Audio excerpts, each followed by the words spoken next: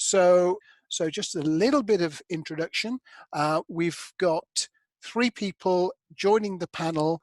Kim from ESOMAR, who's based in Netherlands and Belgium, and perhaps he'll tell you how he manages to be in two places at once later. Charlene, who is a co-founder of Colour of Research here in the UK, and Wale, who I've known for many, many years from Confirmit, also based in the UK. Most important person I want to introduce, though, is Shannon Danzy. Shannon and I have been connected on social media for years, but more recently, we've been engaged together talking about things like qualitative research.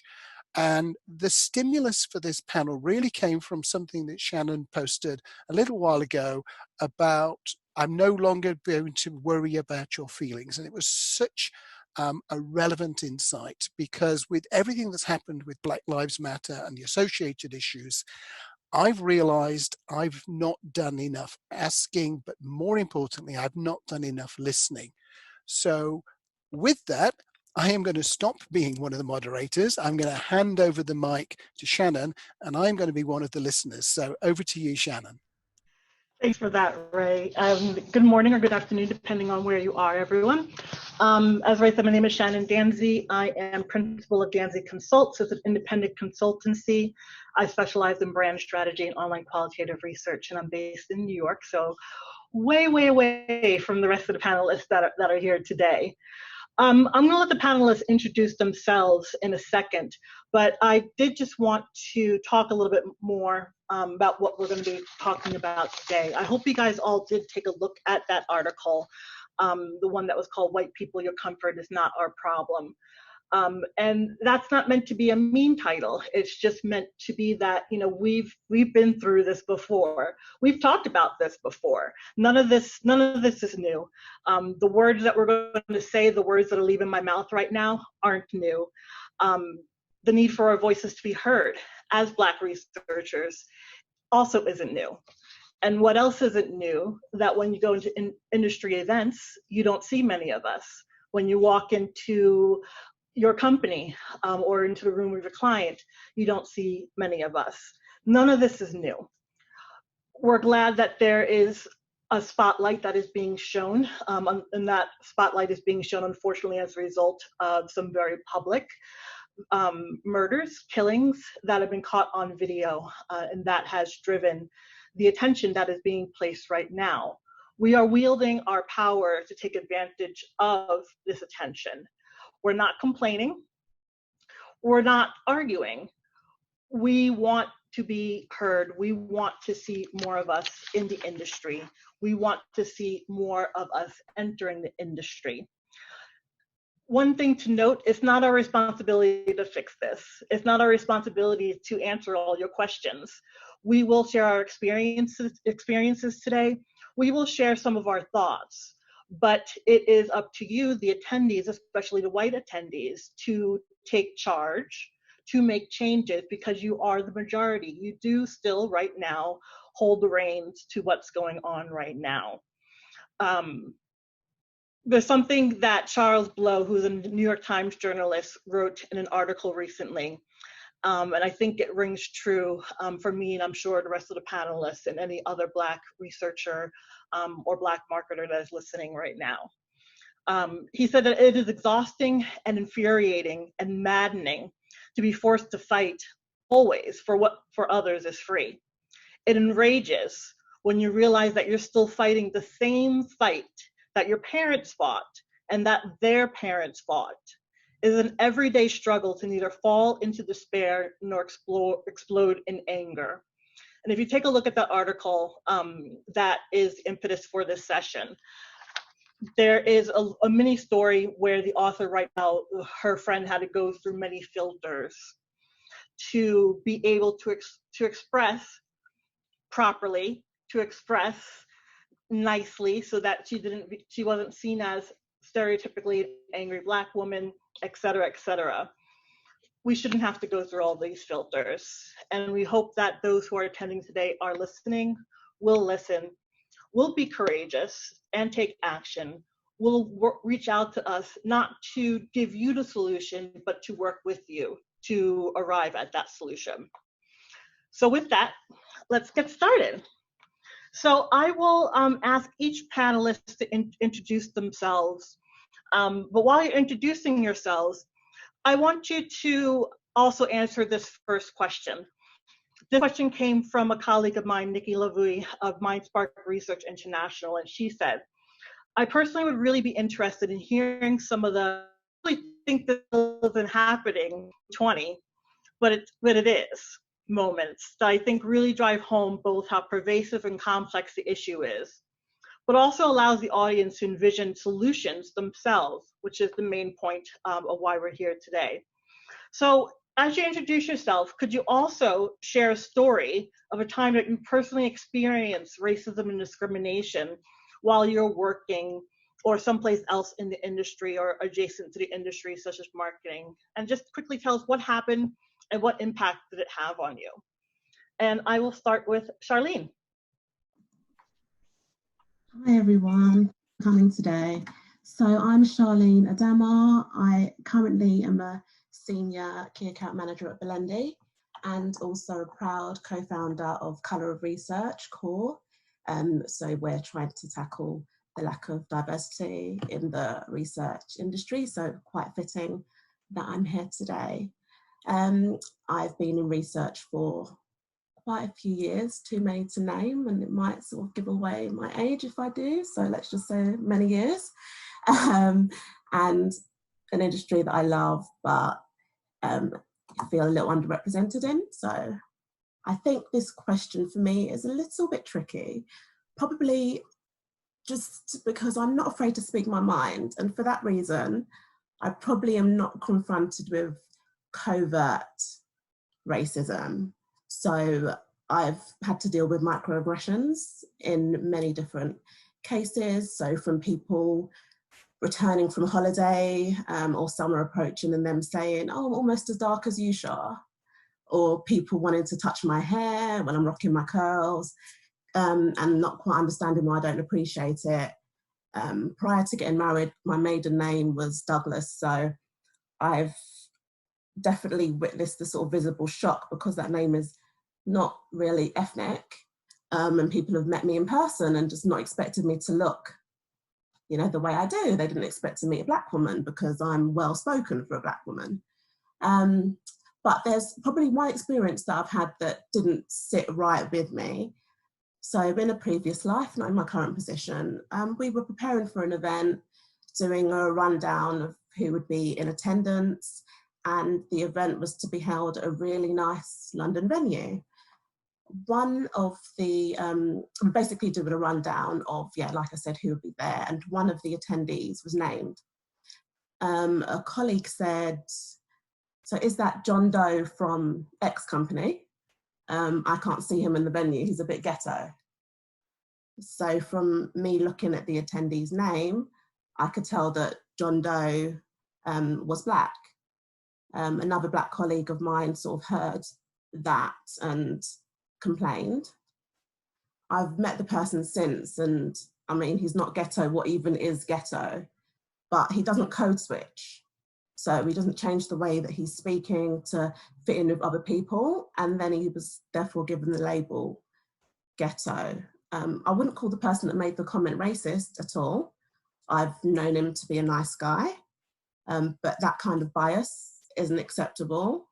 And there are white people in research that don't necessarily pronounce all of their T's or wear suits, but they're still afforded some kind of acceptance and wouldn't be labelled in such a way for attending a venue that people deemed to be fancy. So I guess for me, it served as another reminder that there's a lot of work for us to do in the industry.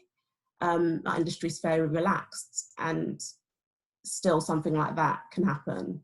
So it's one of the reasons I'm sort of proud to be a part of CORE, champion that diversity in the research industry, create more room for Black people and other ethnicities, and then create a better level of understanding, because we need a richer network of professionals and true diversity so that we can avoid interactions like that. And that's my piece. Thank you for sharing that. Kim, how about yourself? Thanks very much, Shannon. Indeed, so my name is Kim Smouter, Head of Public Affairs and Professionals at ESOMAR. So I'm not a researcher, but I do spend my working hours defending all the research community in places like Brussels to make sure that the value of what you all do each and every day is recognized and that you're able to continue to do that moving forward. I have to say, kind of in my past, kind of previous professional life, I wasn't representing the market research industry, but I was very much working actually in the field of equalities and non-discrimination and anti-racism in the European Parliament and in the Brussels bubble. And I think just like Charlene was mentioning, the research community might not be very diverse. I think the same is very much true in other sectors, including, of course, in public affairs and politics, where the voice of the Black community is certainly, particularly in Europe, absolutely absent of any kind. And so that's kind of what I want to bring to the table. I think from my perspective with regards to the contact of the research community, I very much come from a perspective of I've participated in surveys, I've been a respondent, and in that regards, there are times and moments when actually you also feel that the research community doesn't take enough time to think about the people that are actually responding to the survey. So I'm still struck, and I haven't had to answer those surveys in quite a long time, but I'm still struck as a teenager, I would have to respond to surveys where you're asked to identify your ethnicity. And that the only option that is for someone like me who's a mixed race person was the other category. So, how does that make you feel as a human being to be told that actually we don't even have space for you? The only space that we have for you is the other space, and we hope that you enjoy that space. And I think that kind of thing when you're a young person is quite hurtful, and it certainly has an impact moving forward with regards to how you identify yourself and how you build and construct your identity. And I think those are mistakes which are still happening very much day in and day out within the research community, and which certainly need to be addressed. And then I think in terms of kind of day-to-day racism, you still experience it quite a lot. So I think there is still kind of the reflection of sometimes they get sent to countries for travel purposes, and you can still feel, when you land at the airport and you come out of the airport, you can still feel the gaze of people of what is this person of this particular color doing in our country.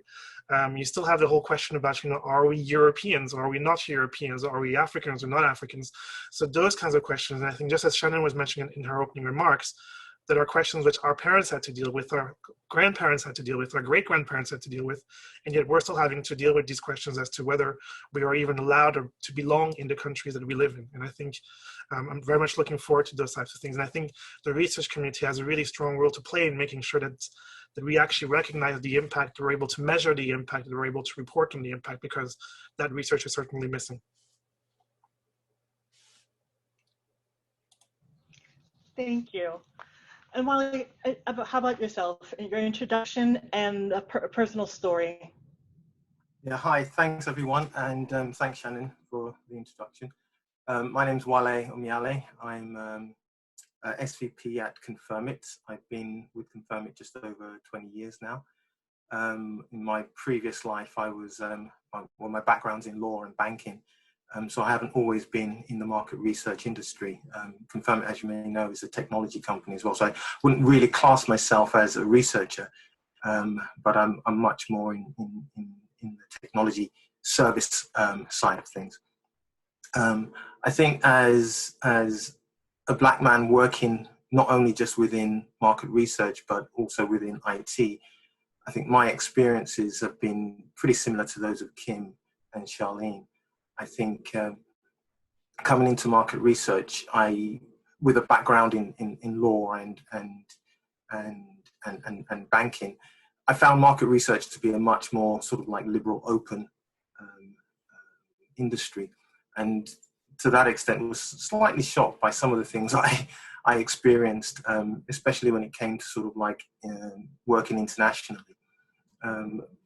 With a name like Wale Omiyale, it does bring out all sorts of sort of different views as to who I am, where I am, and those were issues that I was dealing with in terms of my own identity. A young Black man growing up in the UK with a non-English sounding name, and I used to go to my parents and say, why can't I change my name to something different? I remember my dad saying to me that people will learn to pronounce my name correctly and properly, and I should be proud of my identity. but standing in a research conference and introducing myself and saying I'm from the UK, and people saying, no, where are you really from? Because my name doesn't sound like it's an English sounding name, draws up all sorts of issues for me. And that was something that I, even to today, I'm very proud of my name, very proud of where I'm from, very proud of my background, and I don't see people struggling with the name Neve. I don't see people struggling with the name Wakim. I don't see people struggling with the name Bjorn. But why would they struggle with my name? Or why would they try and reinvent my name and try and call me Wale or something different? That's not my identity. And why should I be any different to someone else? I think the other thing that really struck me within market research, and market research isn't special. It's not anything different to, it's a window into the wider society. One of the real things that struck me within market research was that lack of real sort of like mentors and black mentors and champions within our industry. And starting within market research, it was very evident that there's sort of like an intergenerational gap of black, of black researchers, people like me, and finding that very hard. Like it's been said before, you go into a room and they're surprised and shocked that there's a black man in the room leading a team, and not just sitting in the background and carrying the papers, but actually leading and fronting a pitch and leading and fronting, and representing a business. And that can be quite challenging and difficult to accept. But you grow up with thick skin, and to some extent we've all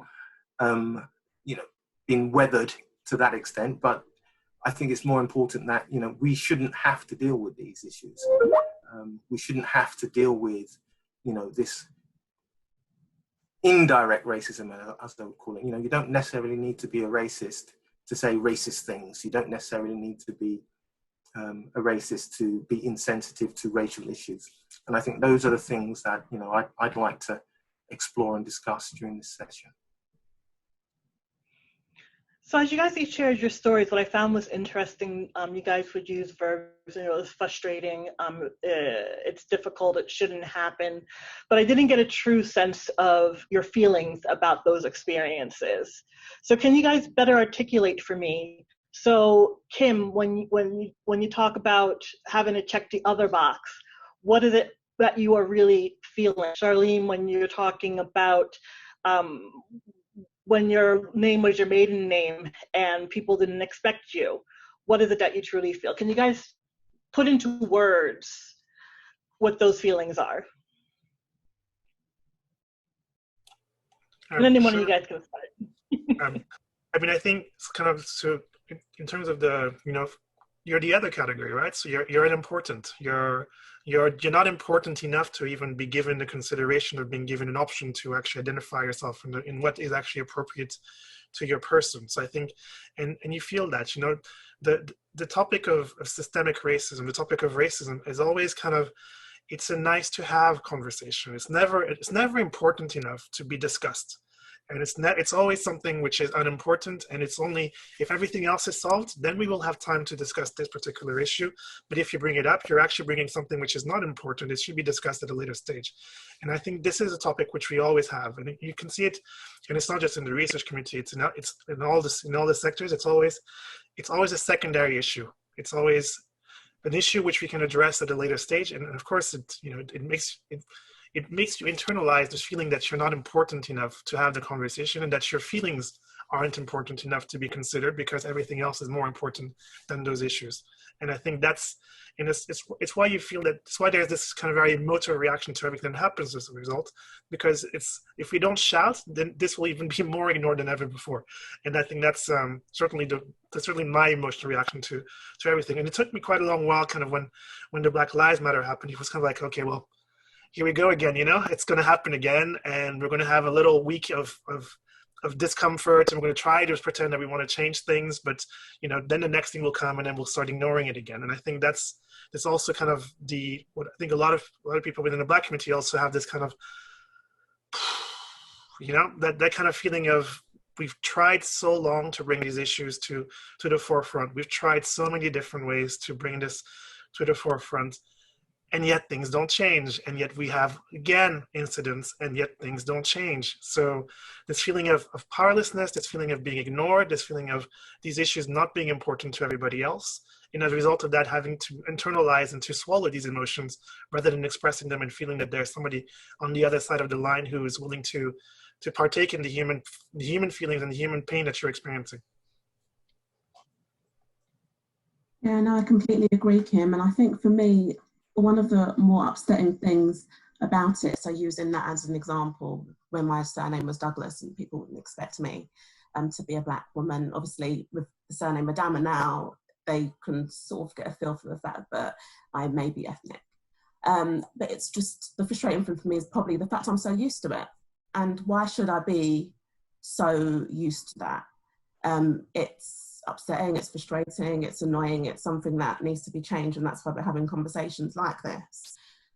Calling me well-spoken and thinking that that's an okay compliment to pay me.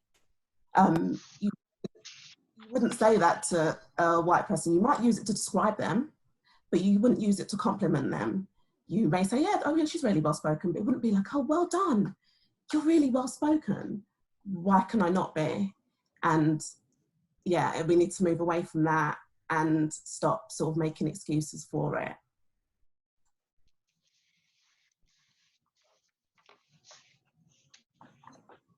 Yeah, and I think to some extent, you know, there's also a little bit of anger, you know, anger born out of disappointment that here we go again. It's not going to change. It's the same. It's, you know, we've been down this road before. And sometimes that anger can lead to, you know, huge frustration with society as a whole, I think, not just, you know, because sometimes it's your colleagues, people that you look up to. It's people that, you know, inspire you professionally, that come out and say stupid things, and it's those things that you hear over and over again. I think there's also a little bit of anger, like I'm a father of, you know, teenagers now, and having to have a talk with my son about, you know, wearing a hoodie or carrying, you know, a stick in a particular way, or, you know, the same talk that my father had with me when I was a teenager. And I question myself, that why should I have to do this? You know, why should I have to prepare my son for a world of inequality in ways that other people are not? So it's disappointment that leads to anger and frustration. All right, so let's move on to another topic, identification. How do you guys each self-identify? If you were to describe who you are and what you are, what would you say? I would say Jamaican, because it's what I am. I mean, this is a huge issue for me on a personal level, issues of identity.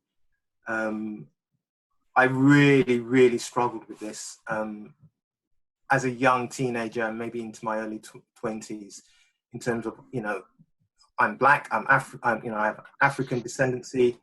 I live in the UK, and, you know, I went to a predominantly white school, and I really didn't feel like I identified anywhere. If I had to, I'd say I'm British, but I don't really understand what Britishness means anymore. So that's probably the best I can say, is that I'm British, but I don't really know what that means. Mm. Yeah, I think same in the sense that, so in French, I would say I am a métis, so I'm mixed race. At the same time, my upbringing has been very European, with a dash of American added in there as well, just for good measure. My mother is from Congo, my father is from the Netherlands, And my identity is depending on the topic, depending on the moment in the mood, depending on the way my brain wakes up, can be very different from one day to the next. And I think that's also the complexity of being forced into a box. And I think even the black box has within that box so many different types of experiences and things, and these things never get reflected. And that's also part of the issue, in essence, that actually there are Afro-Americans, there are Afro-Europeans, there are Africans, there are people with all kinds of different experiences, and within that, there are things which we share, there are things which are different. And that's also, it's been very much this journey of understanding which parts of that identity form the whole. And it's quite a complex journey. And yeah, I think I'm not sure I'm done with that journey of figuring out who I am and what I find make up the components of who Kim actually is and what he believes and feels. Right. It sounds like both yourself and Wale have that. You're still trying to figure it out. But Charlene, you were pretty definitive when you said that I'm Jamaican. I am. I mean, there's two questions. What do I identify as and where am I from? Because really, I was born in Britain, so technically I'm British. But in terms of my identity and my culture and what I've grown up with, especially probably growing up in a household for a long time with my grandmother, who was born in Jamaica and came over during sort of Windrush, I have quite close ties to that. So for that reason, I'm consider myself and my identity to be Jamaican. But if somebody says to me, where are you from? I was born here. So when they say, therefore, where are you really from? No, I was born here. Even though I do identify as being Jamaican. I think that's where the complexity can come in. For me, it's what do I identify as opposed to where am I from? Right. Ray, if you wouldn't mind bringing up that poll question for me. And we're gonna continue talking about identification for a second. So the attendees, why don't you guys take a look at this question? When you're describing a group of multiple ethnicities in Europe, in English, which of these terms would you use? And I bring this up because this is a burgeoning, becoming a hot issue right now. So going back to speaking to the panelists while people are voting, one of the things I think is also interesting is that none of you guys said Black. None of you guys said, did talk earlier about the fact that as soon as you step outside of your door, you are pinned as being Black. You are pinned as being a question mark. Why not use the word Black?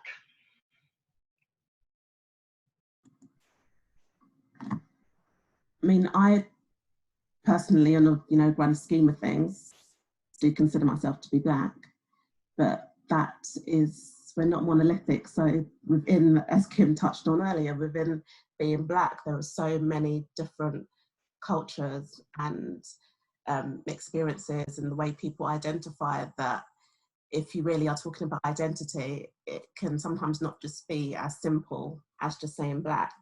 I mean, at the same time, Black's not a bad word. So I also don't want people to think that they can't use that or that, you'll be offended if they do, because that's also something that you come across.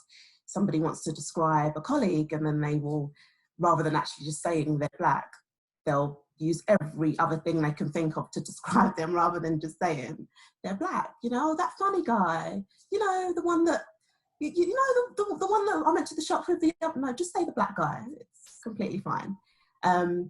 So yeah, for me, obviously, visibly, I'm Black, and that's not a problem, but it's just the identity specifically for me personally. I consider myself to be Jamaican.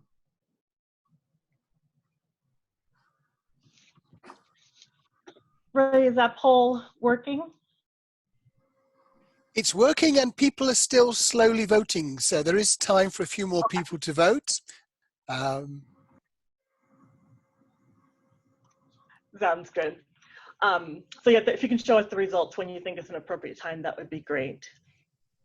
So Kim and Wale, your opinions on describing yourself, now separating it from the market research world for a second, but describing yourself as Black. Yeah, I pretty similar to Charlene. I don't have any problems with describing myself as Black or being described as Black in that generic term. But I don't see that as the sole defining part of me. You know, I'm not just Black. You know, I am a human being, but I am a Black human being. I have no issues with that at all. No issues with, and I have no issues with anyone describing me in that way either, whether you're white, Black, or whatever. Yeah, I guess for me, I would say I'm more mixed race because I think I have a father who's white. So, you know, to say that I'm only Black would already deny half of my identity, which already is problematic for me. But at the same time, I can imagine somebody who doesn't know kind of that background would say, well, this is a Black person. Or I often get called Brazilian, actually. So a lot of people think, oh, you must be a Brazilian because of the skin tone. It's not quite, you know, it's a bit light brown, so you must be quite Black. So Brazilian, that's what you should be. So I think that's always an interesting thing to have to answer. But yeah, so I wouldn't have, you know, if somebody would describe me as Black, I wouldn't have a huge problem with it. But I would say, for me, I would find it more appropriate to be considered mixed race or métis.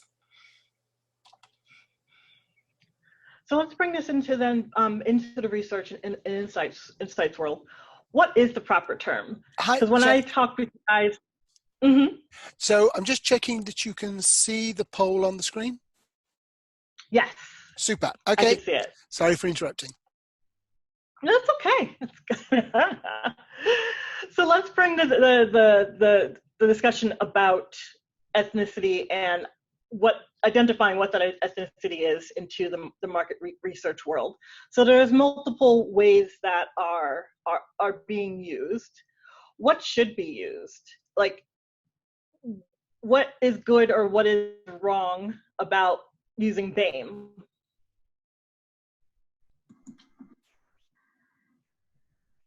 Okay, I'll go first on that one then. For me, I'm personally not a fan of the term BAME. Anyone that knows me, if this topic's ever come up, knows I'm not a fan of it. For me, I just find the general umbrella of a term to be a bit problematic because people, someone's asked, what does BAME stand for? It's Black and Minority Ethnic. So people that have different ethnic backgrounds sometimes have really different experiences. They face different levels of discrimination. And I often feel like the sort of BAME term is sometimes just not used appropriately. So if, you know, using BAME in response to the George Floyd killings, that isn't a BAME issue, that's a Black issue. Everybody has different issues. You know, using BAME in response to Islamophobia or using BAME in response to something that, you know, an East Asian person might experience. It just doesn't encompass all. And for me, in those situations, that's when I have a problem with it being used. I think in those cases, you need to actually highlight the individual race and target that specific problem rather than just give an umbrella term and ticking boxes. Any other thoughts on BAME? I'd agree with Charlene on that. I think it's sort of like a comfortable, easy, broad brushstroke for anyone who's not white, and just put everyone in that bucket, and you know, you can sort of like deal with your issues because they're all the same, but they're not, you know, and you know, the experience of somebody, you know, a Black man in North America compared to a Black man in the UK, compared to a Black man in, you know, in Italy, compared to a Black man living in Japan, will all be very, very different. And even the question of, you know, Blackness as well, we talked about that. You know, it's not one bucket. You know, there are several different facets to to your makeup, and it's important that we distinguish those rather than just, you know, one broad brushstroke and pigeonholing everyone into the same category. It just doesn't cater for the uniqueness that exists within, you know, within the community, within the Black community, and then the wider community. So is what you guys saying that when we do conduct research, whether it's when we're recruiting, whether we are conducting a survey, that we shouldn't use the terms BAME, or we shouldn't group people together, and we should always list out all the different things that people can be? I think I mean, sorry, go on, Wale. I think it's difficult to, I personally would feel, and I use this word sensitively, offended if somebody tried to categorize me in that BAME category, because that's not what I am. You know, if there was a category, you know, BAME, I'd feel quite offended because I can't identify myself in that. You might as well just say, "Are you a human being?" And I'll tick the box. So I don't think it's a category that reflects or gives room, you know, for sufficient identity. Yeah, I totally agree. I think somebody also in the chat or the Q&A mentioned that it's being used by official bodies, and I think it's exactly that. It's used by institutions as a catch-all phrase because it's really nice in reports and makes it easy to put in reports because it's much shorter, and therefore you don't have to fill it all out.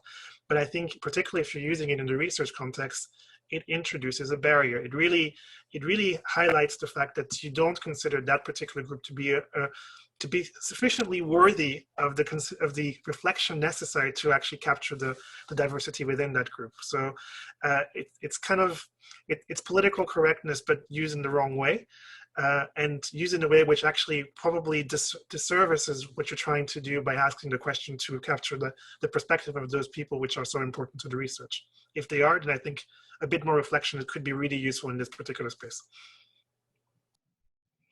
What would the reflection be then for ourselves? Well, not me because I'm American, but for the three of you, what would you want to see as your options so that you feel that you are actually being seen in the research?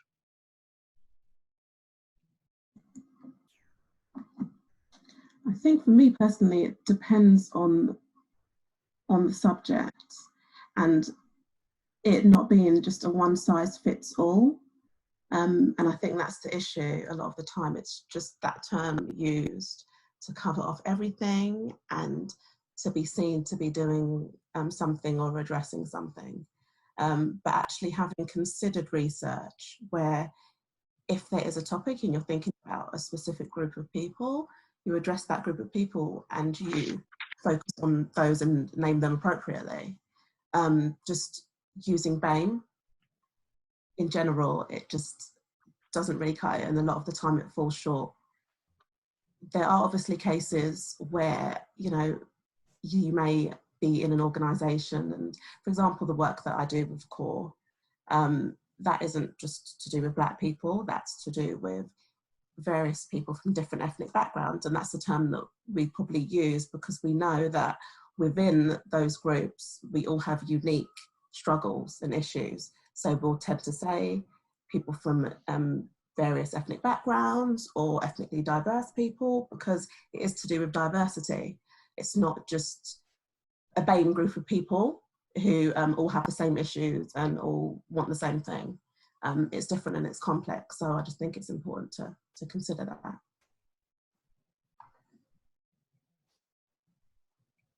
Any other thoughts on that? I think. I guess go ahead. Yeah. Sorry, Charlene. Shannon. I was going to say that I think the issue of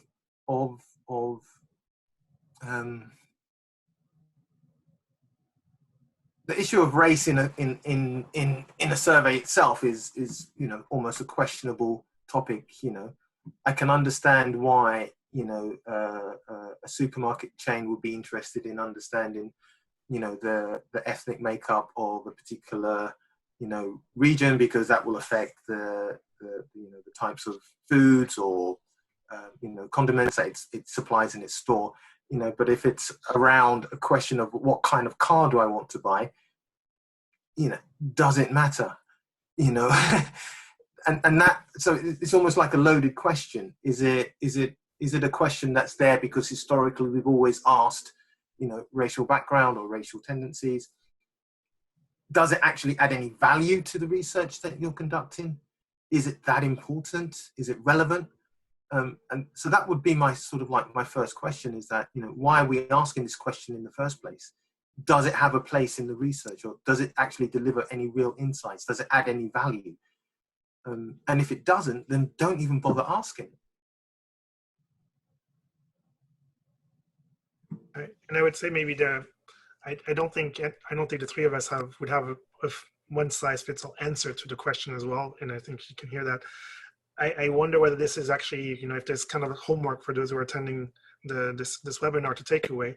It's maybe actually, when you're doing the research design, you're asking these questions to reach out to the local groups. There are lots of great representative organizations who are working, on behalf of our communities to advocate for them. And those are the right people to address these questions, to say, are these questions, do you find these questions, or do your members find these questions to be sufficiently sensitive?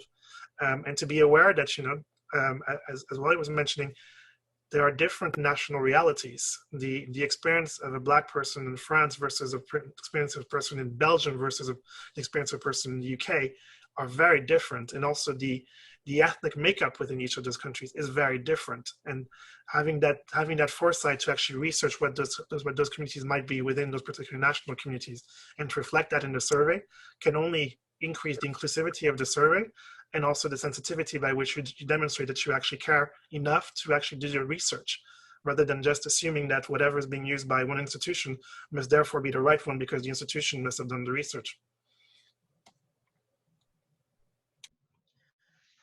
Well, let's talk a little bit more about market research, or just research. So we're not excluding things like UX research and other insights other insights techniques that people can use. Charlene, when we were talking before, one of the things that you had said that you wanted to sort of share with our audience is around the notion of recruitment into the industry, about the lack of, I'm going to use the word Black people in the industry. What's the problem? And where's the problem? Yeah, so I mean, there's definitely a problem, and sort of I can see that just by going into a room and going to an event, which is probably when it becomes more apparent. When you're in your bubble, in your office. I mean, my office at the moment, it does pretty well for diversity. It's a pretty small office, and I think that it's a good balance of people from all different walks of life and different races. But that's not the case across the whole industry. And when you do, as I said, go to an event, you do realise that. And the issue is, some of it comes from actually recruitment in general, and coming into the industry in general. So we discussed on it before, the intergenerational aspect of it, and the fact that, I speak to my nieces, nephews, they have no idea what research is, what we do, and that alone sort of is a bit of a problem. It's not attractive for them to come into. The recruitment. Isn't that a general issue that most people probably haven't heard about market research? White, Black, purple, or pink? They do, but then also it comes to recruitment too. So if you are sort of recruiting in a specific way, so graduates from certain institutions, you're therefore straight off the bat getting a certain type of people in a lot of the time. I've sort of seen graduates come in to certain companies. I've met with some of my clients, or met with some people and met their new graduate team, lovely people, but generally look the same. Very rarely do I see that graduate intake including anybody from various sort of ethnicities. And sort of in certain roles, I mean, I know that I've spoken with some of my fellow core team about it. Some of their companies, they've employed people that don't have degrees from working class backgrounds that can do the job and have come in and they've excelled and they've done the job well. So there's definitely something to look at there in terms of the recruitment, and I mean, part of what we're doing is sort of going around we will be going around to different university campuses, speaking to some of the societies, perhaps, you know, an African Caribbean society, a Chinese society, you know, various people on campus to, you know, try and get them to maybe think about research, find out why this isn't something that they thought about coming into. And from doing those small things, then we can maybe start to tackle the problem. And who should be doing those things? So who should be going out, say, to colleges? There was a question that I was asked the other day: is it okay for a white person to go out to colleges to recruit Black people, or should it be like to like? It's difficult because obviously you understand someone's plight, and it's with the age at the moment and sensitivity, some people can receive it in different ways. But I think in general, the people that are responsible for the hiring need to take, you know, some sort of initiative as well. Even if they're to partner with somebody else, some of the onus needs to be on them and not just on sort of some of their ethnic employees or on, you know, sort of a Black sort of organisation they can reach out to. Great to get advice, but the onus needs to be on them to actually do some work too, because I do think that when you're actually an ally, you really want to do the work, not necessarily just have it prettily, you know, packaged up for you. So I think it's important for everybody to be involved in that. And yeah, if you are doing the recruitment, then you need to have a part to play in that.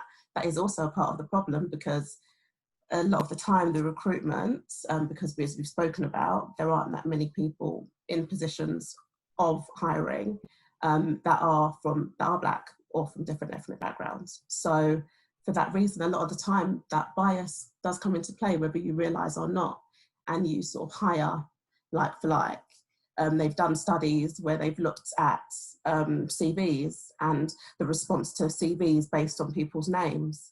As soon as a name comes in and it looks as if it's, you know, a little bit difficult to pronounce, a name they don't understand, they start to build ideas about people in their mind, unfortunately, whether they realise it or not. So it's sometimes people have thought about the idea of having blind CVs, so you don't see somebody's name when you're trying to recruit. Then that takes away that first level of bias. You can get everybody through the door based on just their qualifications or based on what they've said there and what they can offer in that role. So it's things like that that would be sort of the first step. Any contrasting opinions to what Charlene just shared? Not contrasting. I think I totally agree with what Charlene said. I think there is a danger in this one, in the kind of I would call it the overcompensation danger. And you kind of saw it kind of when Black Lives Matter kind of happened and we had the killings, etc., that all the brands kind of rediscovered, or rather discovered, that they had an agenda with regards to this, and they had to all push out messages saying how inclusive they were and how positive that they are, and they believe, and those kinds of messages come out as so fake that, you know, it just comes out as bullshit. You know, it's like you haven't, you know, if I actually, and you have a lot of these companies that have discovered these things, and you actually look at the marketing, you go, okay, so you're so inclusive in your marketing, let me have a look. And you look at, all the models have always been for years and years and years, you know, white models. And then all of a sudden, you know, after Black Lives Matter, now all of a sudden they have discovered that there are Black models as well, and they start pushing out messages. And that kind of thing is the danger. And I think it's the same thing with the recruitment, the danger that you shouldn't have a like for like just for the sake of having a like for like. So if all of a sudden you've discovered you want to have an open and diverse recruitment strategy, it's not by having a Black person going to university talking about how, hey, we're open to Black people also being in our company, come join us, that you're gonna solve the problem. So the tokenism and your positioning is really important to make sure that you don't come out the tokenism is very easy to happen, and even the greatest evils are done with the best intentions. And I think that's where this requires this requires a strategy. This requires thinking about it. This requires looking at how you recruit, looking at the copy that you use for the recruitment. All those things are really important, and it has to be a concerted effort through the entire organization. Just like Charlene says, it can't just be, it's up to the Black person to find other Black friends to join and then to create the diversity, because that's what we're looking for. I think that's a huge danger to be thinking about. So let's move the topic of recruitment then into the actual research process itself. So Wale, you and I talked about that there is problems in the recruitment process into a study. Can you share with us what are those issues and where are they appearing? I don't think that was me that was actually saying that, but I think that was probably more you. If you want to step in on this one.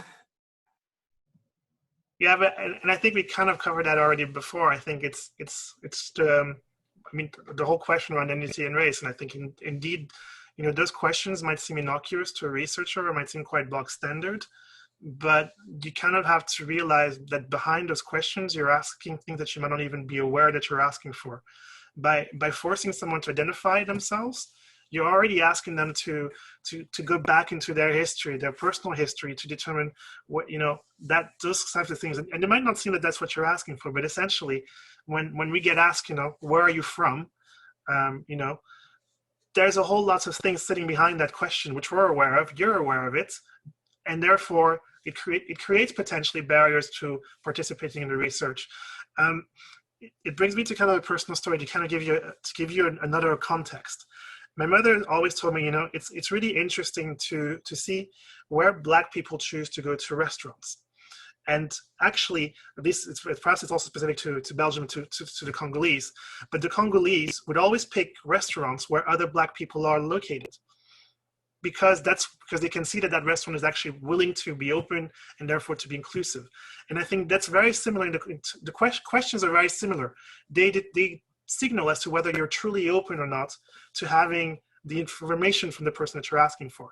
So I think that's something to really be mindful of, is that these questions which we use to filter actually carry significant weight to communities which are already struggling to identify, to be recognized for who they are, and to participate in whether it be a research process or a participating process or whatever. And I think that's something where indeed the research community can be much more sensitive about in order to create more inclusion, and particularly if we think that these are groups which always get described, and I don't know why we get described like that, as hard to reach, which is again another one of those things where it really reflects on the systemic racism that we face, that these communities are considered hard to reach by certain people. So what are the possible solves for that then? To reach those people that people think are hard to reach? What extra effort should they be taking? It's difficult because I think Cecil mentioned this in the chat, that in some markets you can't answer this question full stop. I mean, in the UK, you can, and it's just difficult because on one side of the coin, you don't want people to feel offended or alienated. Although I think the culture of the UK in general is that people are so used to answering these questions that mainly they're okay with it. Obviously in France, in other regions, you just wouldn't do that because it's just a no-go for them. And I guess there's one side of the coin is that if you don't ask that question, then is it actually representative in terms of ethnicity of the markets that you're targeting, particularly if people have a panel which is predominantly white, then are you actually reaching out to those? Is it covered? Is everybody covered sort of in terms of the representation? So I think it's sort of two sides to the coin there. Yeah, and I think the biggest challenge is it's more around, you know, I guess back in the 90s and the early noughties, there was, you know, this whole big push around one-to-one marketing, treating people as individuals rather than just pushing people into big, broad, you know, buckets. And I think maybe that's the solution, is to start looking at people as individuals rather than just identify them by their race or their color or their ethnic background. And I think that's the biggest challenge I think some of these issues are bringing up. I don't know whether that's the solution, but, you know, we've got to move away from just, you know, identifying people just by their color, or just trying to reach people of a certain ethnic group just because they belong to that ethnic group. You know, people don't want to be, at least I don't want to be pigeonholed into that. You know, I want to be treated as an individual, and that's where the frustration comes, by not being treated as an individual and being bucketed into this lump. But in order to target you as an individual, the person has to understand you. Yes, but then comes the question, you know, is the person that's trying to target me, do they have any experience in dealing with me? Do they understand the issues that I'm facing? Do they understand where I'm coming from? Do they understand the challenges that I'm facing as an individual, as a result of either my ethnic background, my social, political positioning, or whatever? You know, not taking the time to fully understand me before you ask a question. You know, and if you haven't got the understanding, to go out and gain that knowledge or that insight before you ask a question, and that will then inform you about how to phrase that question properly. Otherwise, you'll just alienate me, and, you know, and I'll become even harder to reach. And I would imagine the same would apply to the analysis end as well. Making sure that people understand. A question, it shouldn't be a question, but how can white researchers better understand Black people? And tied to that, should only Black people conduct research with Black people?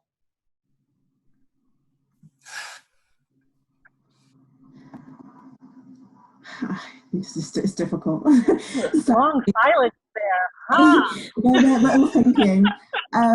I wouldn't say that only Black people should conduct research with Black people, but if you are going to approach a group of people, as Wale said, that's what I was saying, I'm about to say, I agree with you in that sense, that you do need to take the time to understand them, speak to some people, because certain things just can't be taught. And I know when we spoke before, I mentioned a brief that came across my desk a while ago, where people needed to find a group of people and they just couldn't understand why they weren't able to get them. They're already struggling. They needed Black women with Afro hair. That's fine. You can get those. But they wanted Black women with Afro hair who washed their hair every day with shampoo. Now, even as I say this now, there are some people that are in the webinar that will be like, well, what's wrong with that? And that's a part of the problem. We Black people, we're Black women, we can't wash our hair every day with shampoo. We completely strip our hair. Our hair would not thank us for it. But it's something like that, when you have a product and you do want to tap into some of the Black market, and you want to make sure that, you know, it's suitable for Black people to use, you should do some of that work. So from people that are developing the products to people that are conducting the research, down to the people that are actually being interviewed, the respondents, we need that diversity across the board, because otherwise things like that fall short. And that was, yeah, a really poignant example for me when that came across, because I was probably one of the few people that said, well, this is why they can't get those people. And that would have probably been caught before it came down to me, if there was sort of that diversity there, or if they had reached out to somebody and maybe asked some of those people.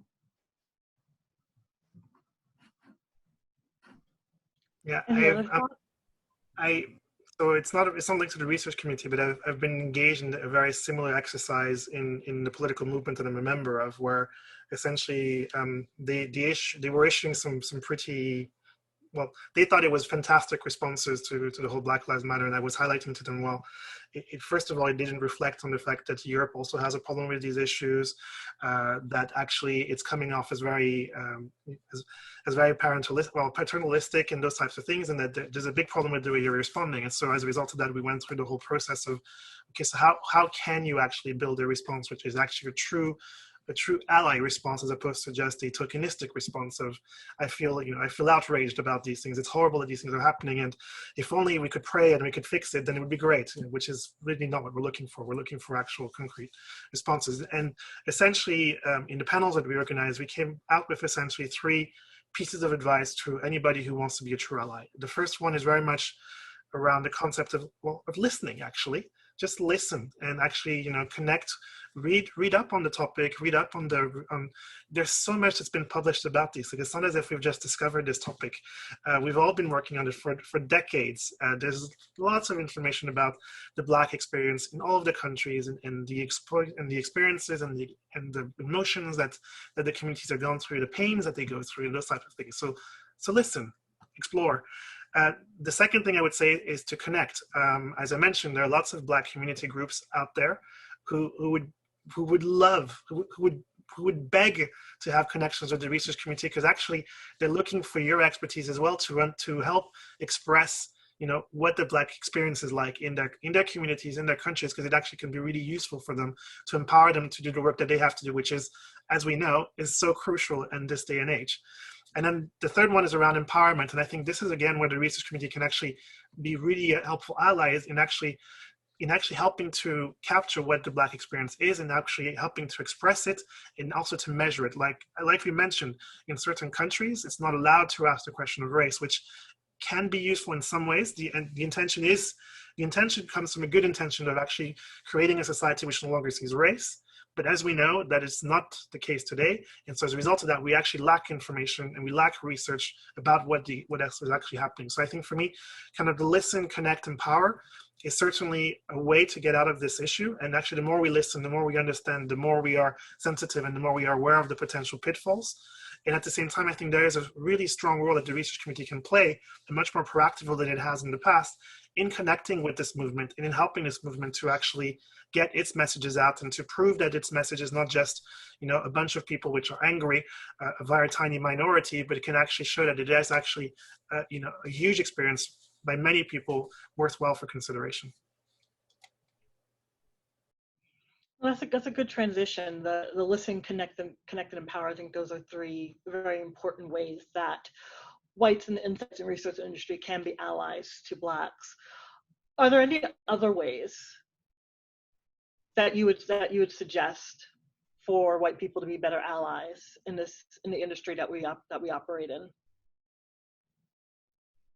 I think one of the I would say benefits of the Black Lives Matter movement is that, like Kim said, there are a lot of resources that are available out there today that have been available for years. And I think one of the good things that has come out of this is that those resources and those people who have knowledge in this area and are prepared to share that knowledge are coming to the forefront. So I think about, Renee Edo-Lodge's book, Why I'm No Longer Talking to White People About Racism. Another book, We Need to Talk About Race by Ben Lindsay. All these authors that are talking about, the issues that Black people face in society, not just within market research, but in society. And, and there are lots of workshops that they're running. So there are resources out there that people can tap into if you really want to understand a bit more and understand the challenges that Black people face. Then there are lots of resources out there. There are people on the circuit giving seminars, educate yourself a bit more, and there'll be lots of learning. The resources are out there. And if I could add to that as well, I think you shouldn't rely on your Black colleagues to be the ones to be your dictionary to your dictionary to to everything Black. I think that's also something which, we're not there to just answer all your questions about this issue. Yeah, so I agree with what Kim said there. I guess it's listening to your Black colleagues without getting defensive as well. But nobody is attacking anybody. And I mean, for the fact that a lot of you have turned up today is a great start to sort of open these conversations and listening. And as Kim said, not expecting Black colleagues to be a fountain of Black knowledge. There's sort of, it's a really testing time at the moment in general, and so people, that it manifests in different ways through different people, constantly seeing Black trauma on screen, in the news, like one killing after another, sort of looking at your family and your kids and worrying about them, and then you come into a workspace and then they also expect you to be there and be that advocate and give them all this knowledge as well. It can be a bit much, and not everybody is built that way. Some people, they find that as a great way to cope and they're happy to do that. But the expectation, I don't think, should be placed on anybody to do that because they are Black.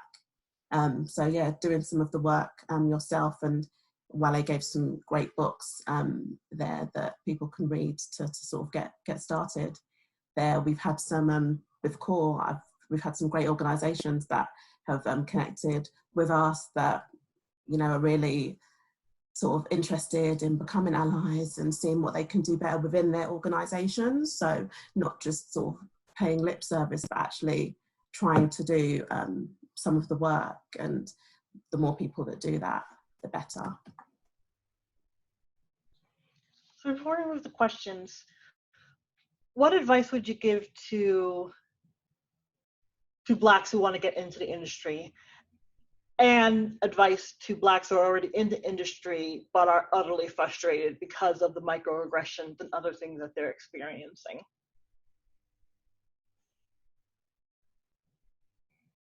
Kim, why don't you start us off? I think that's an interesting one, an interesting question. I think for me, and I can't really advise anyone other than based on my own experience, is that I showed a healthy and thorough appetite for the work I do. I never viewed myself as Black first and an insight professional second. I concentrated on being the best person that I could be. Yes, there are challenges, there are social, political, and economic challenges to getting in the industry that I think exist for a lot of young Black people. But once you're in the industry, look at yourself as an insight professional first and excel in that way. I'm a firm believer that cream rises to the top, whether that's white cream or Black cream, and I think if you're good and if you're good enough, your skills will get recognized eventually. It won't be easy, but your skills will get recognized. And I think that's the first and foremost thing that you need to concentrate on, is being the best person that you can be. Great. Kim or Charlene? Yeah, I would probably say to put yourself out there. Don't be afraid to be yourself. I know earlier on in my career, I think that I would really tone down who I was, just because I felt like some people around me may not understand me. Obviously, when you're passionate and you're a Black woman, you get labelled as angry Black woman. And, that was something that I sort of used to want to avoid. So sometimes I wouldn't necessarily speak up for something because I would see it as, I didn't want to come across in that way. And then realising, no, I'm just passionate. I'm not angry. I smile. I'm not angry. I'm passionate. And if I feel, a certain way about something, I think it's important to say it. And I think I should be commended for that, the same way that I often saw, white people being commended for it when they do speak up, and being bolshy and being passionate, and they're sort of the terms that we use to describe them. And yeah, I'd definitely say not being afraid to be yourself if you do enter an industry. It's difficult sometimes because you can feel as if there aren't that many people there that are like you, and that's why it is good if you can sort of find a mentor or find a community of people that, you know, you can relate to and will understand some of your struggles. Obviously, we're all in this together and we all get along together, but there's something that just can't be described by actually speaking to somebody that completely gets you and understands where you come from, which is why we started up the mentoring scheme. So for anyone coming into it, I'd say, yeah, join that. It's a good start. And yeah, I think that would be it really for me. Kim? Kim? I would say it's interesting because in hearing kind of what you were saying, it's a bit the same kind of. And if I look at my career, I started in equalities, but I was always convinced, you know, the equalities thing and the fact that I'm interested in topics like anti-racism and equalities and social inclusion. I didn't want any of those things to identify me as if it was a problem for me to want to deal with these things because I was, you know, I was mixed race, black, because I was gay and all those types of things, and that these things, I didn't want them to define me. And I think that's something which I guess a lot of people, particularly, you know, when you're entering it, when you're leaving work or when you're leaving school, you're going to work, you kind of don't want your identity to be a defining trait when you're being recruited and those types of things. And I think that's maybe an interesting thing for those who are in a privileged position to recruit talent into a company, to be mindful of that particularly people coming from black communities will have that, and we all universally will have that kind of work process that we have to deal with as part of identity formation. But at the same time, I think for those who are coming from our backgrounds, I think it's to be proud of that background and to actually, you know, in your CVs, to actually not be afraid to mention that actually it should be one of your selling points, because you actually have experienced a very different kind of experience, and therefore you're very sensitive as a result of that. You have developed certain sensitive aspects which can actually help inform research design and research execution, which actually can create a much more, you know, inclusive research process, and therefore actually benefit your company in ways that you might not even know. And that's certainly something which I suspect a lot of the people who recruited me in my career detected that and actually recruited me for that perspective as well. The different perspective I could bring to different issues actually was a recruitment and a selling point for being recruited. And I think we sometimes undersell that aspect as well, that actually diversity can also be a good thing and can also be a thing which can help you secure those, to be different and to therefore be recognized for that difference. So just questions. One of the questions ties into a little bit what Charlene, you were just saying now, and what some of you guys had said earlier in the panel about, you know, the anger and the frustration that you feel when people take your passion for, you know, being over the top, for being the angry Black woman or the angry Black man. This person is asking, do you see it as a challenge, or more worryingly, do you feel it makes you underperform?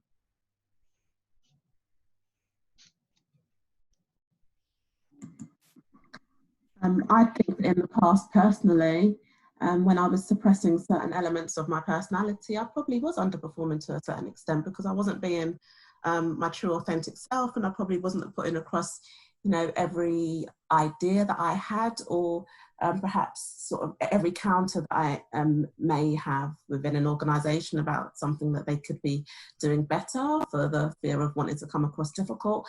And depending on your personality type, when you are in a situation where you don't feel as if you're around as many people like you, you can often try and fall back to minimise yourself so that you fit in. And I think in those situations, depending on your personality type, it can make you underperform.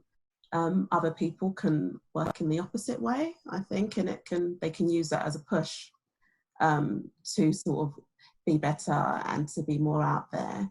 But it's definitely stems down to the person, and it would just be nice if you didn't have to feel that way in the first place. Right, so back on the white and the other people that are in the place that you work, to be accepting of how you're expressing yourself and not treat it differently, like you said earlier. Exactly. Any other answer to that one?